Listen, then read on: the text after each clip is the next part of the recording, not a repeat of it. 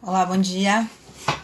Estamos aqui para continuar nossas conversas sobre linguagem, escrita, esse momento aí que passamos, que não passa, né? E hoje a gente vai conversar sobre... Oi, Mari, bom dia. A gente vai conversar sobre a dramaturgia de um autor que eu gosto muito, que é muito bom, que é o Leonardo Cortez, que faz... uma dramaturgia que vai do cômico à crítica de costumes, obviamente também juntando, misturando as duas formas de escrita, se a gente pode chamar assim. Vamos conversar com ele sobre a forma como ele escreve, e, enfim, sobre teatro, porque além de autor, ele também é autor, quer dizer, também é ator e diretor, tem uma companhia, leva aos palcos seus próprios textos, bravamente, porque não é uma tarefa fácil. Estamos aguardando o seu Leonardo Cortez. Vou avisar ele aqui. Já avisei pelo WhatsApp.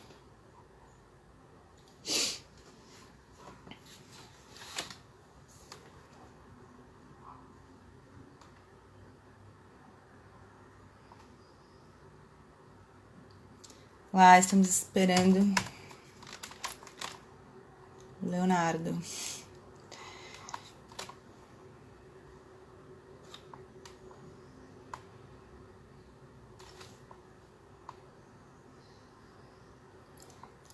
Tô avisando ele aqui. Ah, entrou.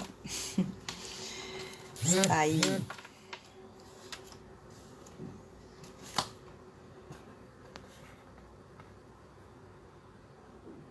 Na conversa.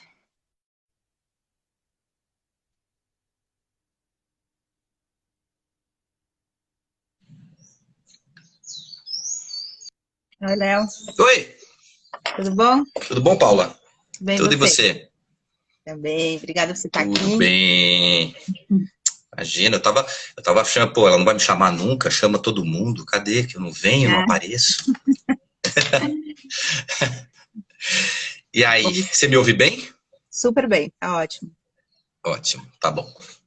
Bom, vamos à questão que nos trouxe aqui, né? Vamos conversar aí sobre a sua dramaturgia. A gente colocou aí esse texto que vai do humor à crítica de costumes.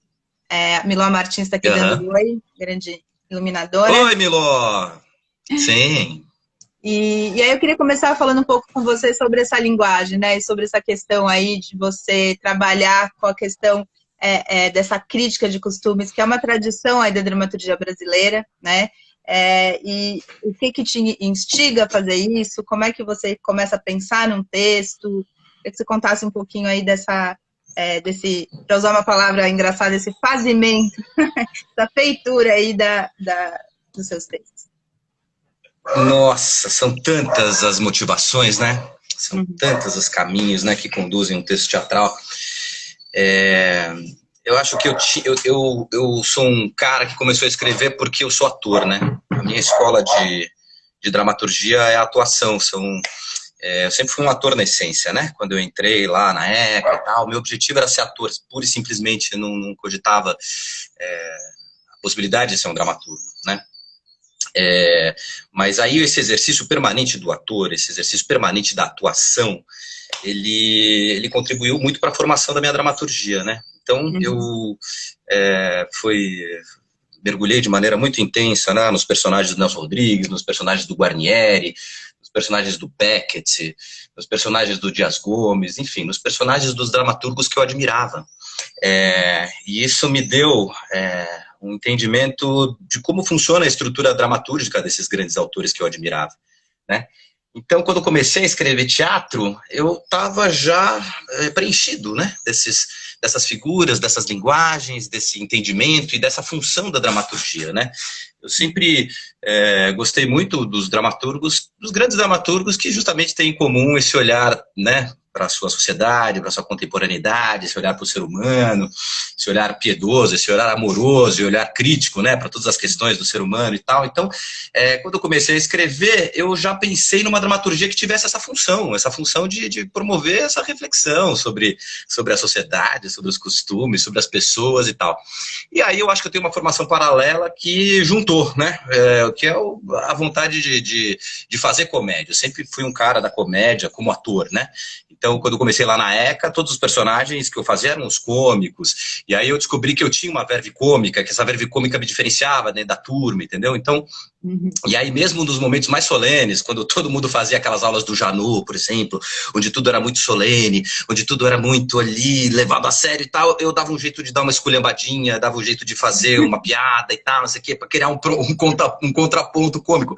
E aí eu virei um ator engraçado, sabe, da ECA, e eu descobri que eu adorava fazer comédia mesmo, sempre gostei muito da comédia, não só pela resposta do público, mas por esse movimento que a comédia promove, né, assim, a comédia, ela tem ela desarma o espectador, né, você ao rir se desarma, e ao rir você se aproxima também, né, é uma coisa quase física, né, o que é o movimento da risada? Você joga para trás, ri, e depois você volta para frente, que você quer prestar mais atenção, porque você quer rir mais, né, e aí eu descobri com o Nelson Rodrigues, e descobri fazendo uma peça. Com o Nelson Rodrigues eu descobri isso fazendo Bonitinha Mais Ordinária como ator, né? Eu falava assim, nossa, que coisa impressionante esse texto, é incrível, as pessoas dão gargalhadas quando esse cara fala o mineiro só é solidário no câncer, e dali a pouco o Werneck tá anunciando que vai estuprar 3 virgens e as pessoas não conseguem mais rir, mas elas já estão desarmadas, porque elas estavam já preparadas para o movimento cômico, elas já tinham se aproximado do espetáculo, já tinham se aproximado dos personagens, e aí vem uma porrada, aí você fala, nossa, essa porrada atingiu em cheio, porque o cara tá desarmado, ele não tá assim, ele tá assim, e aí ele levou a porrada. Então esse movimento da dramaturgia cômica me fascinava muito, assim, né? E eu montei uma peça também na faculdade chamada Mumu, a Vaca Metafísica, que era um texto do Marcílio Moraes, que é um texto que você conhece, né? Assim, é um texto que critica muito a classe média, porque mostra uma família que mora com uma vaca, essa vaca nunca aparece, eles escutam os mugidos, e eu montei essa peça na faculdade. E aí essa peça mudou minha dramaturgia. Quem lê Mumu, a Vaca Metafísica, fala, é um texto do Leonardo Cortez. E volta e meia me fala assim, porra, eu adorei aquela peça que você escreveu, Mumu, a Vaca Metafísica. Eu falo, não fui eu só copiei. Eu copiei assim o estilo, né? E tem uma coisa eu me apropriei como dramaturgo. Eu me aproveitei como dramaturgo, como ator não, mas como dramaturgo eu falei, esse texto do Marcílio é o que eu quero fazer. Porque o texto do Marcílio é a crítica contundente à sociedade, se utilizando de elementos cômicos para dar uma porrada no final. Então essa é a síntese da minha dramaturgia. Você tem uma verve, né? Porque mesmo falando de coisas simples, já dá vontade de rir aqui. Então...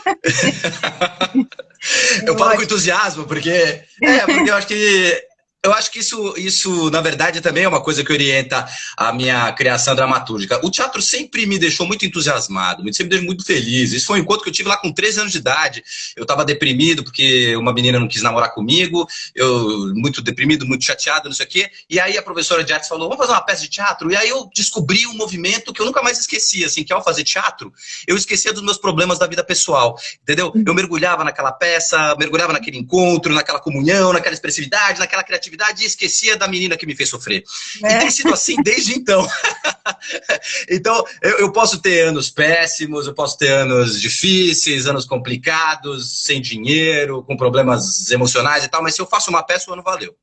Se eu faço uma peça, eu falo, bom, pelo menos teve uma peça esse ano, pelo menos eu consegui botar em cartaz e tal, não sei o quê. Então é isso, né? Esse ano pandêmico tá um ano difícil, assim, não fiz teatro esse ano e aí eu tô sofrendo. Ah, tá. Todo mundo, né? Tem uma peça sua andando por aí que eu vi, né, nesse formato aqui, né? Exato, aí foi o reencontro com os velhos amigos, né? O reencontro com o teatro e tal, esse aí foi um institucional que a gente fez para a Visa, sobre educação financeira e tal, e a gente tinha viagens vendidas pela Visa para o Brasil inteiro, e como não foi possível, a Sônia Cavantan, que é a produtora, conseguiu fazer um esquema de venda online da peça. E aí é uma venda online, mas a gente faz a peça no teatro, a gente foi vender lá no Teatro Folha, e aí a gente filma com 3 câmeras e tal, e aí foi um bom exercício dessa nova possibilidade, né? Que não, Como é que chama a peça nem mesmo, Essa chama Quem Prospera Sempre Alcança. É uma peça institucional que ensina a você ser um empreendedor do seu próprio negócio e tal. E é uma peça que, na verdade, hoje em dia tem que ser reescrita. Aliás, Paula, você é dramaturga, né? Você sabe, né? A gente tem que reescrever todas as nossas peças, ou então, ou então ou fazer umas novas, né? Assim, porque realmente o mundo mudou, né? Essa peça, por exemplo, falava desse movimento empreendedor, que já está tudo mudado, tudo diferente, entendeu? Hoje em dia, você ser um empreendedor no tempo pandêmico é completamente diferente de ser um empreendedor antes da pandemia, né? E na pós-pandemia vai ser diferente também. Então, a gente como dramaturgo tá vivendo... Nem sabemos. A gente como dramaturgo, a gente está vivendo um momento de expectativa, né? Você está conversando com os dramaturgos, já está todo mundo compartilhando com você esse momento. A gente não consegue escrever sobre o mundo que foi, porque o mundo que foi não existe. A gente não consegue escrever sobre o mundo de hoje, porque o mundo de hoje está na transição. Isso aqui é transitório, essa quarentena, né? Esse isolamento, isso é transitório. E o mundo que vai ser, a gente tem que ver, a gente só está projetando, a gente não sabe ainda como vai ser. Mas, ao mesmo tempo, eu estava falando com o Samir Yazbek outro dia, e ele falou, quando que o dramaturgo conseguiu se sentir confortável, né, na vida? Nunca. A gente está sempre com essa função de olhar para o mundo, de perceber as contradições do mundo, de perceber os desequilíbrios e as instabilidades do mundo e falar sobre isso. Então a gente está em sintonia com o desequilíbrio, está em sintonia com a instabilidade e está falando sobre isso sempre. Então a gente tem que observar esse momento, tem que entender esse momento, tem que falar sobre esse momento, sabendo que é um momento transitório. Daqui a pouco muda, e quando mudar, a gente vai ter que adequar a nossa dramaturgia a isso. E a dramaturgia que é sintonizada com o contemporâneo, com a atualidade, ela é assim. Ela corre até o risco de se tornar datada. E aí o dramaturgo tem que se perguntar, eu quero fazer uma peça atemporal ou quero dialogar com a minha contemporaneidade, mesmo que eu corra o risco de ser datado? É uma questão interessante, né? Sobre isso, a Amanda Evelyn falou que adora seu trabalho e que a Cláudia Tordato, que foi a primeira professora de teatro dela, que te apresentou o seu trabalho para ela e ela é sua fã. A Cláudia fez Mumu, a Vaca Metafísica, foi uma atriz do Mumu, né? E depois fez parte da Companhia dos Gansos, então é isso.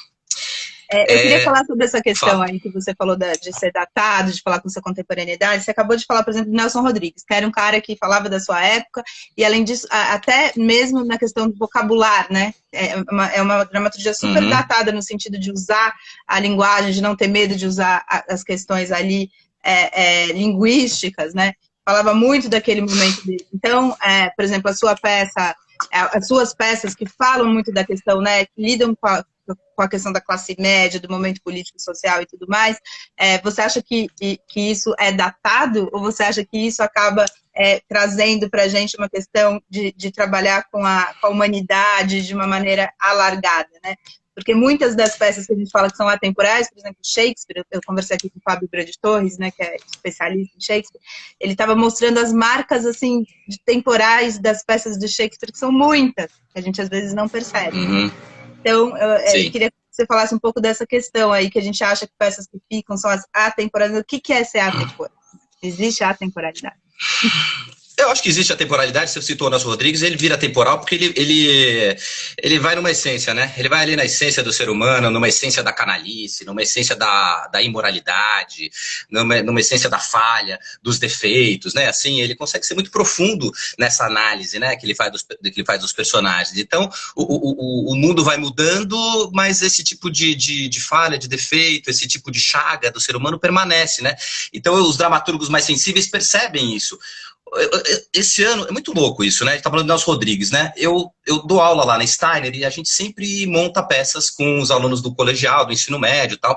E eles sempre procuram peças que dialoguem com a contemporaneidade, porque tem uma função, é isso, a função do teatro lá no colegial é você dialogar com o mundo que você vive. É a escola Rudolf Steiner, né? Que é uma escola de pedagogia Waldorf. Isso. Aqui em São Paulo. Exato. Então, isso, que veio até a Cláudia falar com você sobre essa pedagogia. É uma escola que valoriza muito o teatro. O teatro, ele tem dois momentos do teatro. Ela tem um momento no 8º ano, com 14 anos, e tem um momento do último ano do ensino médio, que eles já estão tudo com 18, e estão querendo dialogar com o mundo que eles vivem, né? E aí, eu sempre levo um monte de peças lá que eu gosto e tal, e de autores consagrados e tal, e E eles trouxeram o Beijo no Asfalto, né? E o Beijo no Asfalto a gente nunca levava em consideração, porque eu sempre falava assim, eu sempre pensava que essa questão do beijo gay e o choque com o beijo gay e tal, seria uma coisa, uma discussão ultrapassada. Hoje em dia ninguém mais se choca com o beijo gay e tal. E aí veio o Brasil de Bolsonaro para mostrar que eu tô errado, né? Para mostrar que o Nelson Rodrigues está super certo e que as pessoas continuam ainda caretas e moralistas, e, enfim. Então o Beijo no Asfalto ficou muito atual, né? O Brecht está muito atual hoje em dia, né? O mundo vai dando seus tropeços, o mundo vai andando para trás, e esses autores que se preocupavam com o fascismo, com o autoritarismo, com o moralismo e tal, eles vão ficando atuais sempre. E como a humanidade vai sempre passando por ciclos e tudo é cíclico, né? Assim, tudo vai e volta, então a gente avança um pouquinho né? E anda para trás um pouquinho, avança um pouquinho, anda para trás um pouquinho. Esses autores que apontaram os riscos do autoritarismo, os riscos dos malefícios dos comportamentos humanos e tal, acabam sempre ficando atuais. Agora, eu acho que uma dica para a gente conseguir deixar o nosso texto atemporal e tal, assim, eu sempre evito nos meus textos colocar coisas que estão ligadas a modas que podem ser passageiras, entendeu?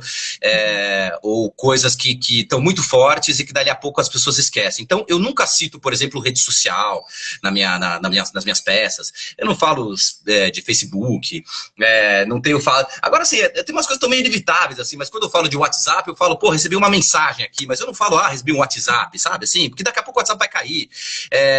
A comunicação, com certeza, é inevitável, as pessoas vão estar se comunicando de uma maneira muito fácil, muito direta, muito rápida, e isso é um problema para o dramaturgo, inclusive, o celular. Quem foi? Alguém falou assim, pô, o celular é uma bosta para dramaturgia. Foi o Agnaldo Silva, acho que falou assim, eu detesto o celular. O celular cria um monte de problemas que a gente não tinha, né? Porque antigamente as pessoas não sabiam das coisas e aí iam para o lugar sem saber, ou recebiam uma visita inesperada, e hoje em dia com a porra do celular, todo mundo anuncia, todo mundo vê e tal. Isso é um problema para a dramaturgia. O que eu acho mais louco é isso, que a gente manda uma mensagem perguntando se pode ligar, né? Eu acho isso a coisa mais louca do celular. Eu posso te ligar antes a gente ligar. Talvez a gente tenha. Eu botei. A minha última peça fala sobre isso, assim. Eu botei os caras num lugar isolado, entendeu? É isso. Não pega. Não pega. Gente, não dá. Estamos sem conexão. Fudeu. Porque aí. É uma liberdade, né, Paula? Puta, o celular que não pega é uma liberdade. Vamos ter que conversar, vamos ter que falar, vamos ter que se revelar. Não dá pra se esconder. E é isso aí, entendeu? A gente tem que entender quais são os obstáculos, superar os obstáculos, mas para não ser datado, evitar essas armadilhas da contemporaneidade que a gente sabe que dali a 10 anos ninguém vai falar. Assim, se eu tivesse escrito uma peça mencionando o Orkut, hoje em dia ninguém ia saber o que é o Orkut, né? E por aí vai. A MJ Rodrigues, acho que é disse que adora fazer teatro com você, falou aqui 2 vezes. A Mariana falou que tem peças de Shakespeare com questões que são super contemporâneas também, né?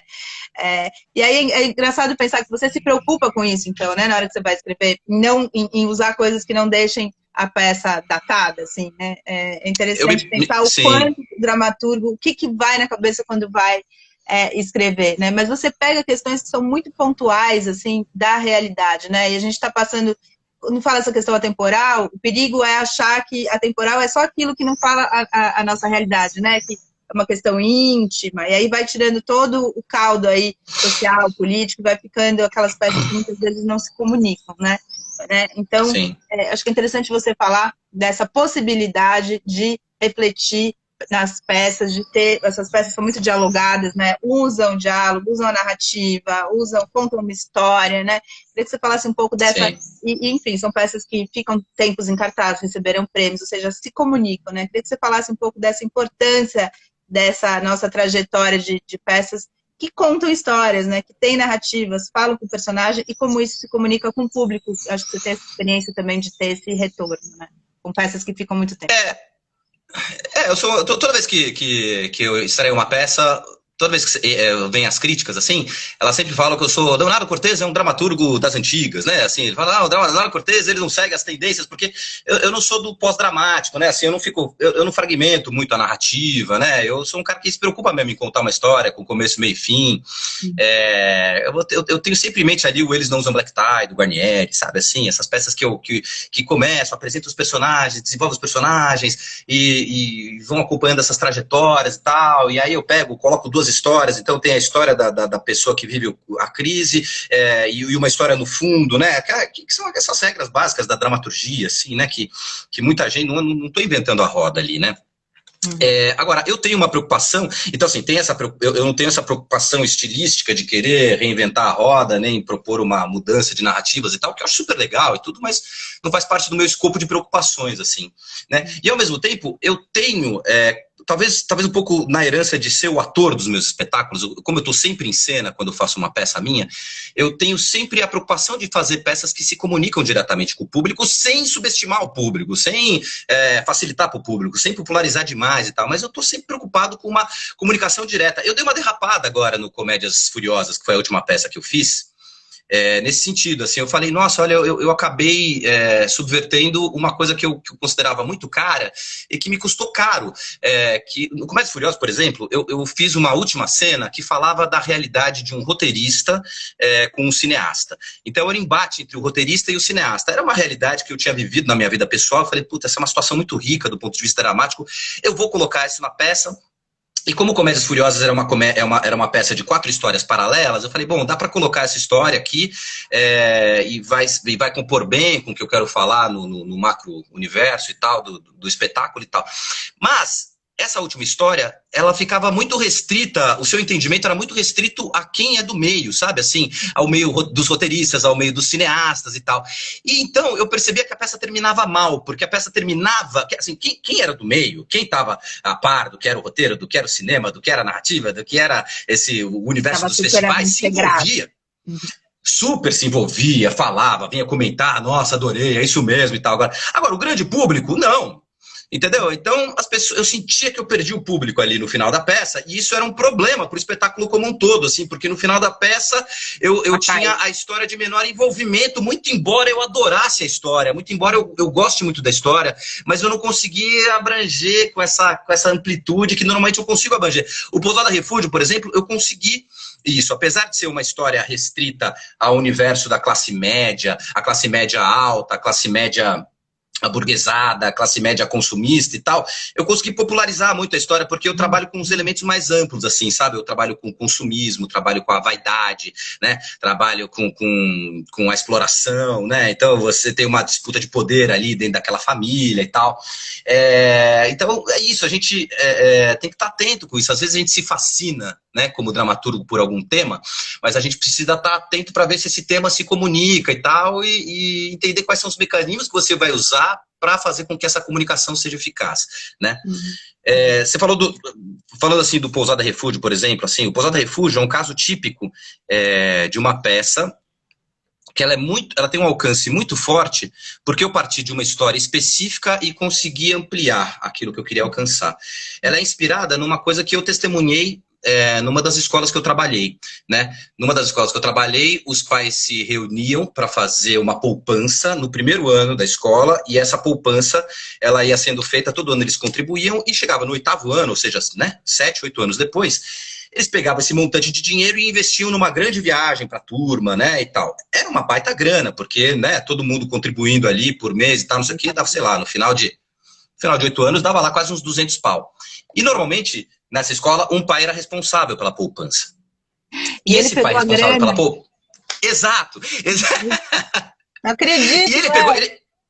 Exato, Paula. Ele tomou a palavra numa reunião e falou assim, olha, eu tenho 2 coisas para falar para vocês. Fala, era um cara muito querido, né?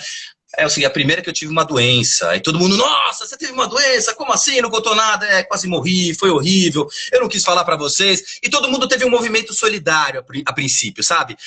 Poxa, que é isso? Por que você não contou? Conta com a gente. Pô, que sacanagem.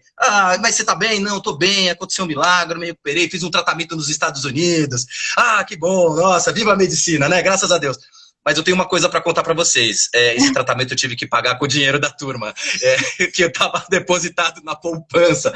Aí o movimento da solidariedade, Paula, se transformou no movimento da indignação, entendeu? Peraí, como assim? Você pegou o dinheiro, não avisou nada. Aí ele falava assim, não, eu não avisei porque eu tinha certeza que eu ia repor. Eu trabalho com o mercado financeiro, porra. Eu sei o quanto isso é volátil. Eu sabia que se eu pegasse o dinheiro, depois eu ia poder recuperar, porque é o rendimento tal, é a aplicação X, é a aplicação Y e tal. Só que, é a Dilma, cara. É o PT, é o Brasil, sabe? Eu me fudi, eu sou uma vítima. E aí ele se vitimizava, sabe, Paula? Eu falava, Eu sou a verdadeira vítima. Vocês estão me acusando, mas eu sou uma vítima aqui, eu não sou o culpado e tal. Ô, Léo, e aí ficou assim. Como é que foi o fim E disso? aí, Na peça eu vi, mas na vida real... O fim disso é muito parecido com a peça. O fim disso é assim, todo mundo ficou indignado com ele e tal. Aí ele falou assim, olha, eu peço um prazo. Eu juro, me dá um prazo de 3 meses, eu vou vender uma propriedade minha, igualzinho na peça, Paulo. Eu vou vender uma propriedade minha e eu vou pegar esse dinheiro e vou devolver para vocês, eu peço 3 meses de prazo, tudo bem, beleza? Aí as pessoas falaram, ok, tudo bem, né? Pô, tá bom, beleza. Só que uma pessoa levantou e falou, olha, desculpa, para mim não. Para mim não, foi uma sacanagem, respeito que você ficou doente, mas eu acho que você errou e eu quero a minha parte agora. Aí o cara falou, meu, você é um... Meu, tá bom, né? Você quer a sua parte agora? Tá bom. Quanto que é a parte? Divide aí. Dá o quê? 2, 3 pau pra você? Eu pago, eu te dou 2, 3 pau. Aí quando ele falou isso, uma pessoa levantou e falou assim, eu também quero. Eu também quero. Eu também quero. Paula, essa situação era uma peça pronta. Essa situação era uma... tem uma estrutura dramática pronta. Quando eu fiquei sabendo dessa história, eu nunca conto para as pessoas se eu fiquei sabendo ou se eu testemunhei, entendeu? Para preservar as pessoas envolvidas. Mas o fato é o seguinte, quando essa história chegou até mim, eu falei, cara, eu tenho uma peça pronta. E aí, eu fui só dar tratos à bola para entender formalmente como é que eu ia construir essa história.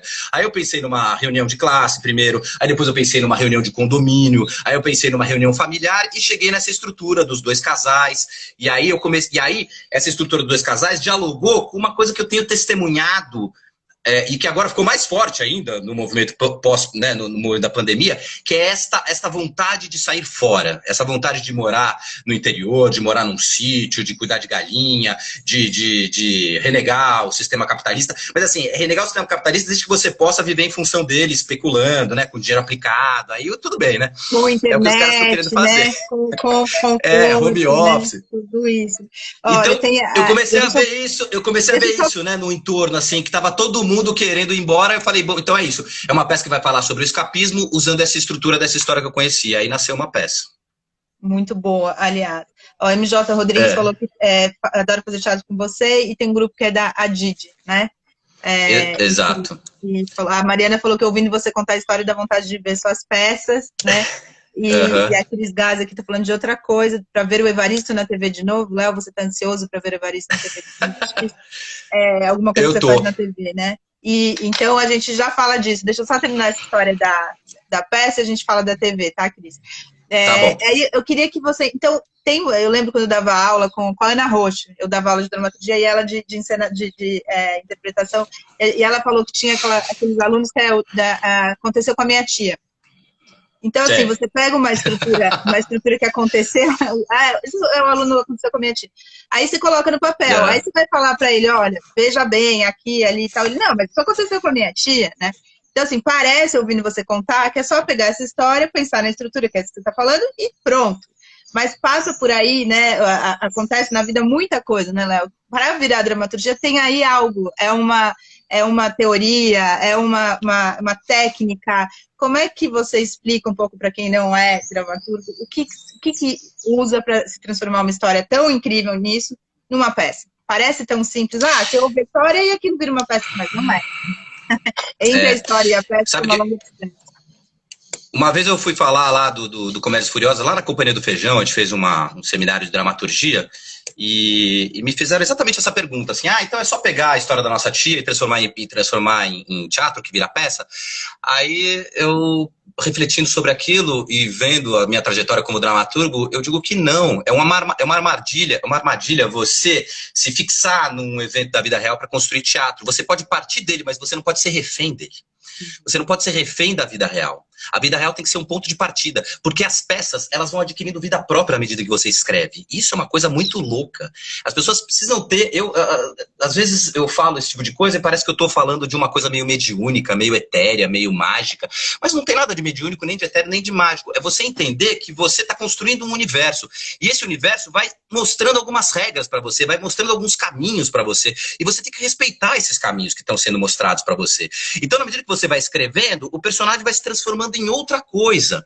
E na medida que você está escrevendo com aquela liberdade, você entra num transe mesmo. Eu não sei como é que é com você, Paula, mas eu quando tô no movimento criativo e começo a escrever, é uma coisa maravilhosa. Eu sinto que eu tô totalmente inteiro ali, focado naquilo, e às vezes meu coração dispara, eu falo, nossa, eu tô escrevendo um negócio que eu jamais imaginei, eu não tinha concebido isso antes, e agora tá surgindo uma coisa completamente diferente. Nossa, aconteceu isso, eu tava escrevendo uma peça, voltei a escrever depois de muito tempo, o cara abriu uma porta, tinha um negócio que eu não imaginei, e falei, nossa, olha o que tem do outro lado da porta, a gente fica meio, é uma loucura, eu nunca imaginei. É maravilhoso. Que do outro lado da porta.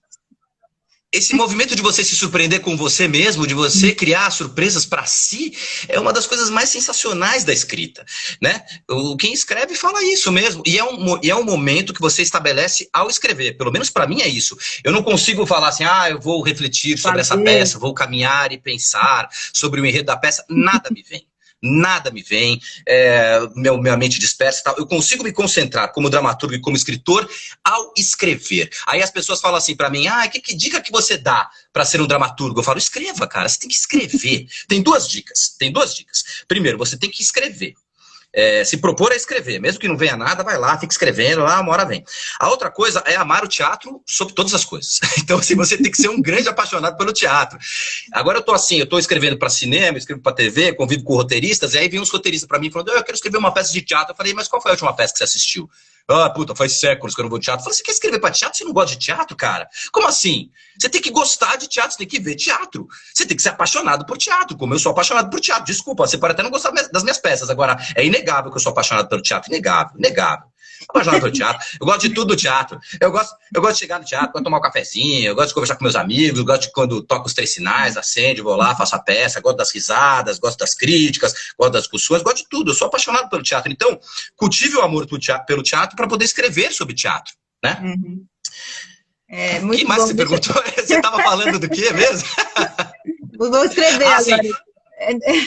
Não, tudo isso para dizer que a gente não pode ser refém da vida real. As pessoas às vezes brecam nisso, porque elas falam assim, não, é a história da minha tia. Não, eu tenho que ser respeitoso com a minha tia. É que nem receita de bolo, né? Não, é a receita de bolo da minha tia, eu não posso fazer. Não, mas quando você tá lá fazendo, se você descobre que você pode, se você botar um pouquinho mais de sal, botar um coentro, ficar mais picante e tal, não sei o quê, é a receita da tua tia que você adaptou para tua realidade, pro teu gosto. Né? Vai ficar um bolo estranho com coentro, mas tudo bem. Um bolo salgado, né? Mas enfim, vai virar o seu bolo, entendeu? Não vai virar o bolo da sua tia. E o dramaturgo tem que fazer a sua peça, não tem que fazer a peça da tua tia. É uma peça do Leonardo Cortez, inspirada na história da tia dela. A peça da Paula Altran é inspirada no vô dela, mas é a peça da Paula Altran, não tem. Você tem que se apropriar da história e escrever a história que tem as suas regras, que tá te jogando para onde tem que jogar. Tem aquela frase que eu uso muito em curso do Peter Brook, que é a vida como é que é? A arte tem que ser verossímil, mas a vida não, né? Infelizmente a vida não é verossímil. As histórias são completamente absurdas que acontecem. Você tem que dar algum tipo de sequência na arte. Então você tem que se subverter, não tem jeito. Agora, nossa, quantas histórias que a gente vê na vida que você fala, isso aí não tem lógica, né? Imagina, a Flor de Lis. Você acha que a Flor de Lis tem... Você acredita numa história dessa? Este momento no Brasil, né? Nada faz sentido. Nada. Nada é crime. Um amigo falou, escreve uma peça sobre a Flor de Lis. Eu falei, essa história é completamente inverossímil, cara. Não dá. Ninguém vai acreditar nessa história. Aí ele falou, mas a história aconteceu. Eu falei, mas e daí? Não interessa. É inverossímil. A mulher que casou com o filho, que depois matou o marido, que depois... Não dá pra acreditar. E uma das coisas que eu acho mais loucas é a peruca, né? Ela usa peruca ainda por cima. Tem essa questão até. Não. É uma coisa totalmente absurda. Ô, Léo. É um festival de bizarrices. Fala. Eu vou aí na sua casa tomar um café pra gente ficar conversando e rindo nesse momento. Isso é tão raro, tão bom. A Cris Gazi tinha perguntado desse outro universo que você falou que você também tá aí habitando, né? Escrevendo, que é a questão da TV. Ela disse que você está querendo que o Evaristo volte para a TV, ansioso. Qual é esse projeto e como é que é escrever para esses outros universos? Olha, o Evaristo foi um personagem que eu fiz como ator, né, numa novela lá em 2005. Eu tinha, sei lá, a vida é tão cíclica, né? A gente vai passando por ciclos mesmo na vida. E quando eu fiz o Evaristo, realmente a minha pretensão era ser um ator famoso, sabe? Eu tava assim nesse momento da minha vida, queria ser famoso. E consegui ser. Um pouquinho. Eu fui um pouquinho famoso, assim, mas consegui ser. Porque eu fiz vários programas, eu fiquei quase 10 anos contratado da televisão, né? Eu fiz um programa na Disney e assim, a televisão, ela te dá um carimbo, ela fala assim, esse cara é engraçado. E aí ela vai te jogando para os mesmos personagens sempre, né? Que tem o mesmo perfil e que sabem que, porque a televisão tem medo de risco, tem medo de arriscar, então eles constroem quando você escreve para televisão, os roteiristas sempre falam assim, é um personagem no estilo tal, é um personagem no estilo X, entendeu? O estilo é o ator, ou é o estilo cômico? É o personagem do estilo... Esse cara é o Chandler do Friends, entendeu? Esse cara é o Seinfeld, esse cara é o Kramer, cara. Não, sabe assim? Eles fazem paralelos com a dramaturgia. Quando eu fiz parte de um núcleo criativo, né, em 2015, e aí as pessoas falavam isso, e eu falava assim, eu era o único cara da mesa de roteiro que falava assim, esse cara é minha tia. Esse cara é o meu vizinho. Esse cara é o cara que eu conhecia, o guardinha da minha rua. Eu trazia exemplos da vida real, enquanto eles traziam exemplos da ficção. O que eu acho que é uma grande contribuição dos dramaturgos para a linguagem audiovisual, assim. Cada vez mais o audiovisual está correndo atrás de dramaturgos, porque os dramaturgos têm essa profundidade, vai cair entre nós aqui, né, Paulo? Os dramaturgos são mais profundos, e a gente tem mais cultura, e a gente, entendeu, tem mais visão de mundo, e a gente consegue perceber coisas que às vezes eles não percebem. Então, o audiovisual está reconhecendo isso. Naquelas salas cheias de vidro, não é muito tempo, né? O dia todo ali, não é isso, com ar-condicionado? Exato, e assistindo coisas, assistindo, consumindo, beleza, é uma cultura audiovisual, uma cultura do que funciona, do que não funciona e tal, mas eu acho bom realmente os dramaturgos trazerem esse ponto de vista do que funciona na vida real, do que acontece na vida real mesmo, né? Então, voltando... a Mariana está perguntando se foi na Globo que você trabalhou esse tempo. Não, essa novela aconteceu lá na Bandeirantes. Não, foi assim, foi uma delícia fazer essa novela, na verdade, porque o Evaristo era um personagem muito engraçado e era uma novela pequena, era uma novela onde a gente tinha muita liberdade para poder propor, para poder criar e tal, e eu me diverti muito fazendo o Evaristo, chamada Floribela. Aí a Cris falou que foi muito bacana e que marcou a infância dela. Não, agora eu recebo uns testemunhos de vez em quando de gente falando, marquei a sua infância. Eu falei, pô, que pena, que triste. Você teve uma infância triste. Não, é bonito ver, né, essas coisas. Mas o Evaristo, Paula, ele me estragou um pouco, na verdade. Ele estragou um pouco minha carreira, porque eu me diverti tanto com esse personagem, eu fui tão feliz fazendo ele, que depois eu fiquei buscando o Evaristo nos outros trabalhos. Eu fui buscando a liberdade que eu tive com o Evaristo nos outros trabalhos, e não veio, assim, não tinha nenhum outro personagem na TV. Em nenhum outro trabalho da televisão eu me diverti tanto quanto o Evaristo, assim, porque eu consegui uma situação ali muito inédita, muito rara, entendeu? De um personagem muito divertido de fazer, ao mesmo tempo com um diálogo muito franco com os roteiristas, né? Com as roteiristas, que estavam sempre lá presentes, pelo fato de ser uma novela pequena. Então as roteiristas estavam no set, isso não acontece na Globo, os roteiristas não aparecem. E as roteiristas estavam lá e a gente conversava, dialogava, criava junto, eu propunha situações, Aí eu tinha uma relação super boa com a Vicky Militello, por exemplo, que era uma atriz maravilhosa de comédia, com quem eu me dava super bem, e a gente teve uma relação de mãe e filho, praticamente, e tal, né? Me dava muito bem, foi muito divertido fazer. E quando acabou a novela, eu fiquei tentando resgatar isso, e eu descobri que esse são características do teatro.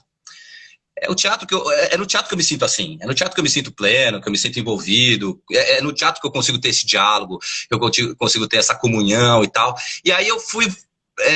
querendo resgatar esse prazer que eu já tinha sentido no teatro, que eu tinha assistido na televisão, eu voltei a fazer teatro com prioridade, eu fui priorizando o teatro. E aí acabei não fazendo tantos papéis na televisão, que é uma pena até, porque na verdade a televisão paga, né? Tem contrato, tem salário e tal, não sei o quê. Mas foi isso, foi assim que se... Coisa que a gente ouve falar. É uma delícia, ter contrato é divertido ter contrato, é bacana. E aí, você estando nesse outro lado de escrever para esses universos aí da TV e do cinema, que você falou que você está fazendo também, como é que é essa diferença aí? Então, eu acho que tudo é um exercício de liberdade, é tudo um exercício de você cavar a liberdade dentro das restrições que são impostas a você. Então, eu, como dramaturgo, eu tento ser o mais livre possível dentro das restrições que me são oferecidas, assim. No caso do teatro, são restrições orçamentárias, são restrições financeiras, né? Toda vez que eu monto uma peça, eu sei que não vai ter dinheiro, ou que o dinheiro que vai ter é muito pouco. Então, eu, como criador, eu já penso em espetáculos com um cenário simples, né? Com um elenco reduzido, entendeu? Eu nunca escrevo uma peça para 12, 13, 16 personagens, entendeu? Eu sei do quanto vai ser complexo. Eu preciso ter a perspectiva da encenação para me estimular na escrita. Eu não sou um cara que consegue escrever uma coisa muito louca, muito grande, muito cara e muito complexa, sabendo que isso vai me dar muito trabalho para realizar. Eu sou um cara que precisa da perspectiva da realização para poder escrever com prazer e alegria e com produtividade, né? Então, essa restrição orçamentária fica na minha cabeça sempre. Então, eu escrevo peças para 4 personagens, ambientadas num cenário só e tal, né? Na televisão, as restrições são outras. As restrições são de tempo, entendeu? Você tem que ser muito rápido, você tem que ser muito ágil, você tem que entregar muitas cenas de uma maneira muito rápida. Você tem restrições da própria linguagem, entendeu? Você tem que ser mais direto, você tem que ser mais popular, você tem que ser mais comercial, e você tem que estar atento com as condições de produção, né? E atento com o que a emissora tá esperando, com o que o diretor tá esperando. Tem várias instâncias na frente do roteirista, né? O roteirista tá aqui, aí em cima do roteirista tem o diretor, que normalmente é o cara que dá uma palavra final antes do roteirista. Então, não adianta você entrar em embate com o diretor. Quando você tá no teatro, você tem é de igual para igual tudo, né? Você conversa. O iluminador da sua peça, ele tem toda a autoridade de falar sobre a dramaturgia. O figurinista da sua peça tem toda a autoridade de falar sobre a dramaturgia, né? No teatro acontece isso. O ator, mais ainda. Quer dizer, é um exercício onde está todo mundo na mesma sintonia no teatro, né? Todo mundo tem a mesma autoridade para falar, né, sobre a minha dramaturgia. Eu escuto todo mundo. No audiovisual, é isso, o roteirista fala, mas o diretor dá a última palavra aqui. E acima do diretor tem a produtora, acima da produtora tem a emissora, e acima da emissora tem o patrocinador. Tem o patrocinador, então percebe que tem várias instâncias que precisam ser convencidas, entendeu? Então é um exercício de convencimento, de diálogo, de paciência, de entendimento das restrições e tal. E às vezes você consegue adquirir muita liberdade, às vezes isso pode ser estimulante para a criação. Por exemplo, eu escrevi uma série na Cultura chamada Máximo e Confúcio. Essa foi uma série que eu concebi junto com o Ricardo Corte Real, baseado no Papai Sabe Nada, que foi uma série do Renato Corte Real, que foi escrita na década de 70, e a gente escreveu um spin-off, que é uma derivação da série. E eu concebi essa série com o Ricardinho, levamos lá na Moonshot e conseguimos o financiamento para fazer a série. Quando eles deram o sinal verde para fazer a série, eu comecei a escrever os episódios e eu tinha pensado numa série com muitas externas, com muitas viagens, com muitas locações e tal. E a produtora falou assim, olha, não tem isso, não dá, a gente vai ter que fazer uma série ambientada em 3 cenários. Porque a gente tem que gravar tudo em estúdio, não dá para ter tanta participação, não temos orçamento para pagar tantos atores e tal. E aí, ao invés de ficar reclamando, Paulo, ao invés de falar, eu quero fazer uma série numa locação, eu quero fazer uma série com participações, eu falei, ok, então é isso. Nós temos 3 cenários, então eu tenho que pegar essas cenas que eu concebi para serem feitas lá em Paris e jogar aqui para dentro dessa sala. E o exercício de você projetar uma coisa em Paris e jogar para uma sala é altamente libertador e criativo, entendeu? Você parte de uma coisa enorme para botar tudo no pequeno, e isso é o teatro, na verdade, entendeu? Então eu faço esse paralelo, assim, a linguagem audiovisual com as suas restrições orçamentárias e com as suas restrições de produção, ela dialoga muito com o teatro, assim, entendeu? Temos que fazer caber em pouco tempo, temos que fazer caber com pouco orçamento, e com a diferença que a gente tem que fazer de uma maneira muito rápida, entendeu? Então é isso. Então tem uma coisa dentro da televisão que você fica muito ativo, você fica muito esperto, você fica muito ágil, entendeu? Às vezes chegava pra mim assim, para amanhã você tem que escrever uma cena de 3 páginas porque caiu aquela outra. Aí você escreve, você faz. Agora, é absolutamente desgastante, né? Assim, o Dias Gomes, eu nunca escrevi novela, assim. Eu espero um dia escrever novela porque dá uma puta grana, vai ser legal pra mim, assim. Mas o Dias Gomes fala, você escreve uma novela, você morre 10 anos, né? Você morre 10 anos, porque nos 9 meses que... nos 9 meses que dura a novela, você perde toda a sua vida, você fica lá escrevendo sem parar, você tem que lidar com 15 mil pressões, é a pressão da produtora, da emissora, do diretor, do elenco que te liga pra falar meu personagem tá uma bosta. Eu lembro que quando eu era ator da novela, às vezes eu falava, gente, essa cena tá ruim, não sei o quê, queria falar com o roteirista. Aí uma vez eu fui falar com o roteirista lá do Dance, Dance, Dance, ele fala, pô, você tá sendo muito filha da puta comigo, né, cara? Pô, você é autor, cara. Olha a vida que eu tô levando, cara. Eu tô escrevendo 30 cenas por dia, você tá reclamando da tua cena, caralho. Você dá a mão pra ele, fala, tudo bem, vem. Aí você fala, não, tudo bem, tá, adorei minha cena, beleza. A Daiane Souza falou que é interessante pensar nessas diferenças aí, dessas linguagens, né? Você tem essa questão que você falou de pensar já na montagem, né? Você tem um grupo, você além de ator e dramaturgo que a gente falou até agora, você também dirige, né? Isso também te dá essa possibilidade de montar, né? Léo? Porque não é tão fácil você escrever e não ser o diretor e o dramaturgo da sua própria, o diretor e o ator da sua própria peça, você montar não tem no grupo, é sempre muito complicado. Então você tem esse outro olhar. Como é que essa questão de dirigir, de ter um grupo, de produzir, de pôr no palco? Como é que é? A gente falou até agora muito dessa história de escrita, né? Mas como é que esse outro passo, como é que é fazer isso com a sua própria peça? Como é que é estar em todas essas áreas e para realizar a sua dramaturgia? Essa tua pergunta é ótima, porque é o que eu sempre falo quando eu vou falar, quando eu fui lá na SP uma vez, na SP falar sobre dramaturgia, e... Que aqui em São Paulo. Exato, a SP é uma escola maravilhosa, que tem curso de dramaturgia, onde você dá aula, inclusive, e aí eles falavam, então, quero me desenvolver como dramaturgo, como fazer? Aí eu sempre falo o seguinte, você tem que desenvolver parcerias junto com a tua dramaturgia, entendeu? Então, um dramaturgo, tudo bem, você escreve sozinho, mas a obra teatral só se concretiza a partir da realização com o outro, né?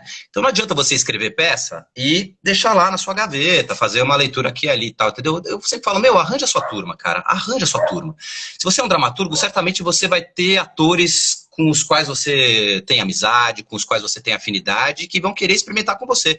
Especialmente se você está no começo da carreira, especialmente se você está numa idade onde está todo mundo querendo experimentar, está todo mundo querendo fazer, né? E essa parceria também se estende ao diretor. Então, assim, eu dirijo já, né? Já dirigi várias peças e tudo. Eu gosto mesmo do exercício de direção. Eu acho legal mesmo dirigir, acho legal mandar, acho legal ter esse comando, né? Você se sente meio um deus ali, né? Da criação, né? Agora eu quero que aconteça isso, aquilo outro. Mas eu acho mais legal quando a gente tem uma parceria com o diretor com quem você tem interlocução. Então, eu dei muita sorte na minha trajetória e eu sou muito grato aos diretores com os quais eu trabalhei.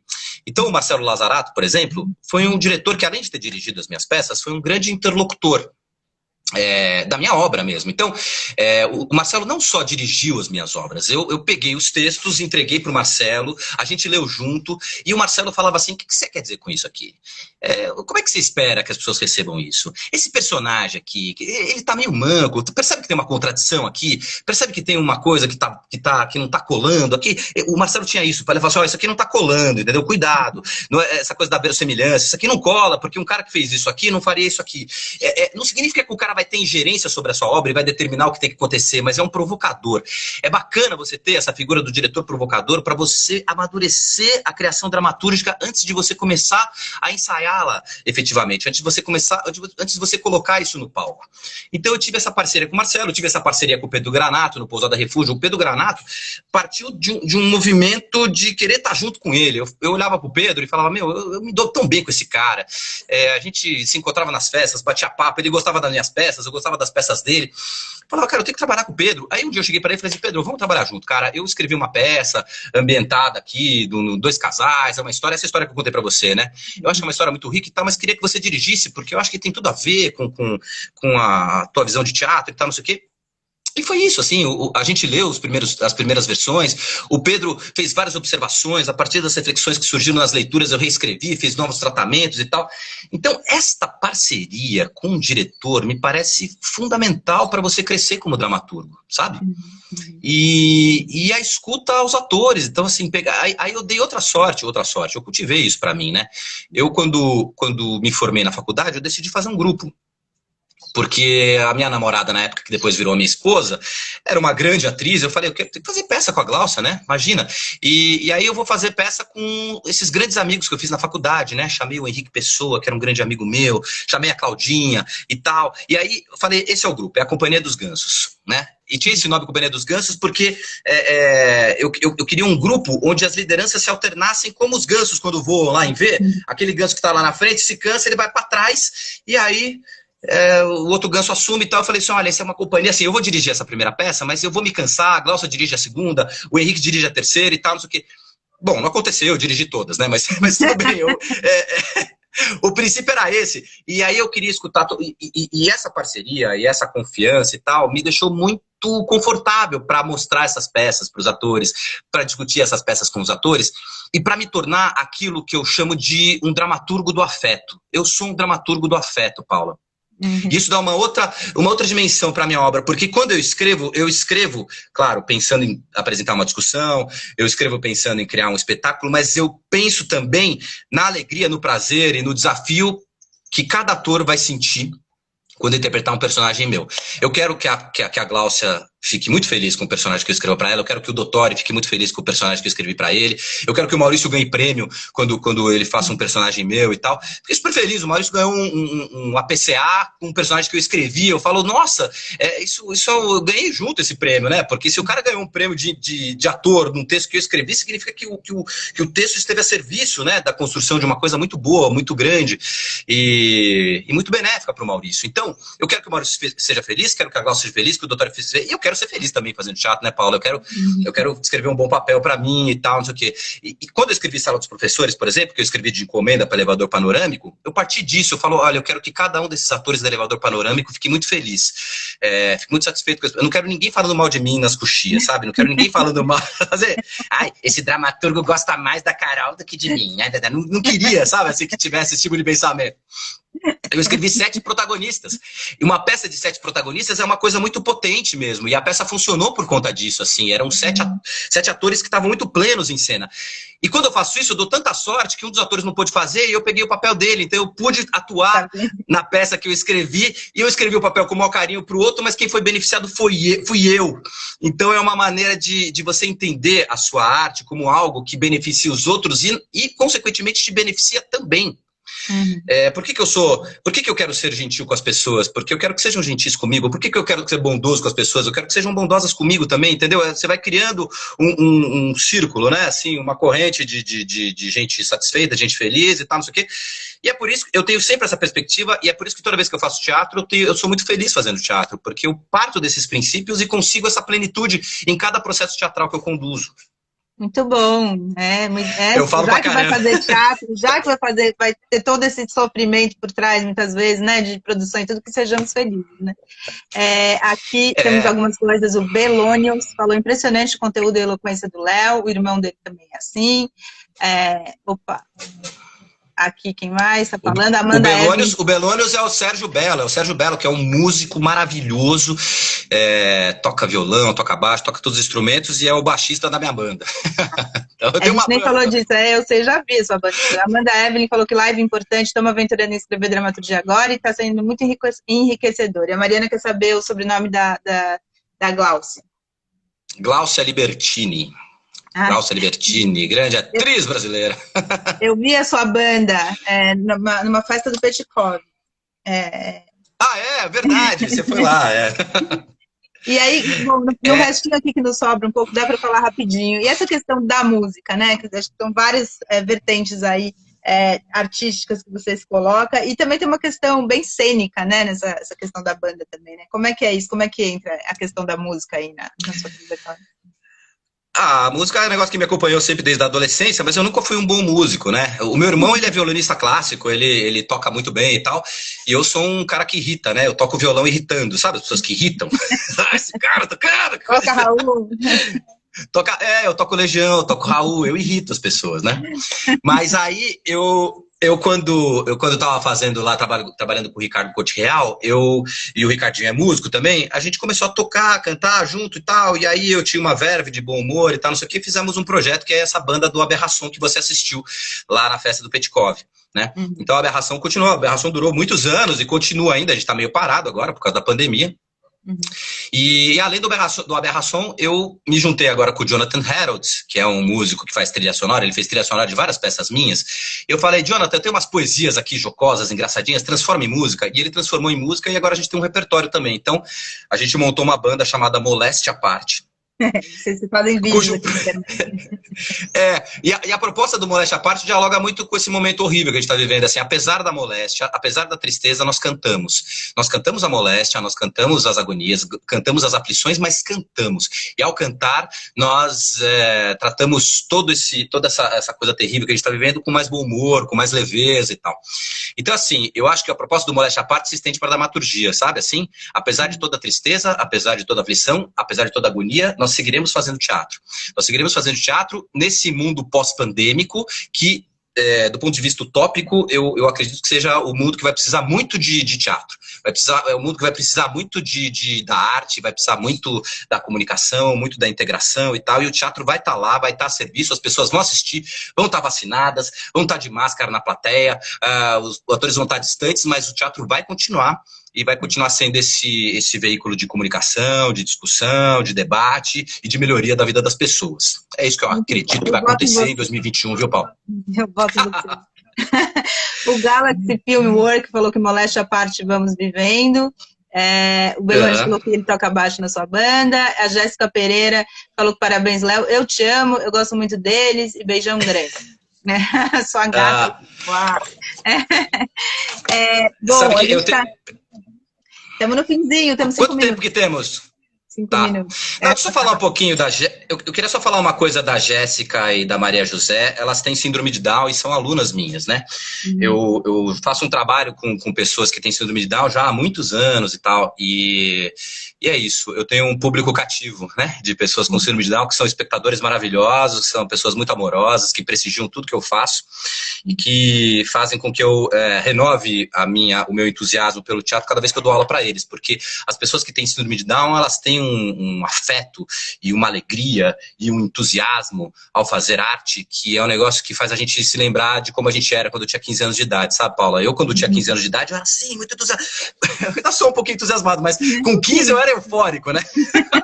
Nem imagino, nem consigo. Eu era assim, aquela que tá sempre achando tudo ruim. Eu sei tudo e o mundo é uma porcaria. Eu era dessas.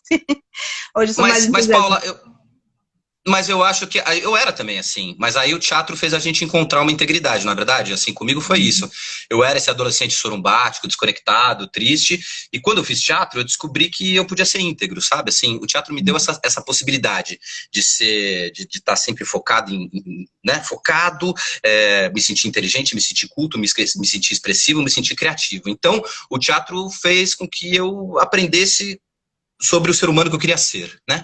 Aos 15 anos de idade, né? E quando eu tô meio de saco cheio, quando eu tô triste, quando eu falo, não vale a pena, saco, não tem dinheiro, não tem patrocínio e tal, não sei o quê, eu dou aula lá para os meus alunos com síndrome de Down e eu vejo que eles são tão entusiasmados e eu aprendo a resgatar meu entusiasmo com eles. Por isso que eu queria falar isso sobre a síndrome de Down, tá? Muito bom. É da ADID, né? Que é a associação, né? Que trabalha com síndrome. Isso, Associação para o Desenvolvimento Integral do Down. Bom, temos 4 minutos. Eu queria que você, nesses 4 minutos, falasse um pouco como é que as pessoas podem encontrar seus textos. Você falou já de uma peça que está... Uma peça patrocinada que está por aí. É uma boa perspectiva essa aqui, né? Desse momento que a gente está vivendo. Queria que você falasse como é que elas podem encontrar a sua obra por aí e se você tem alguma coisa para indicar para as pessoas verem, lerem, ouvirem nesse momento aí.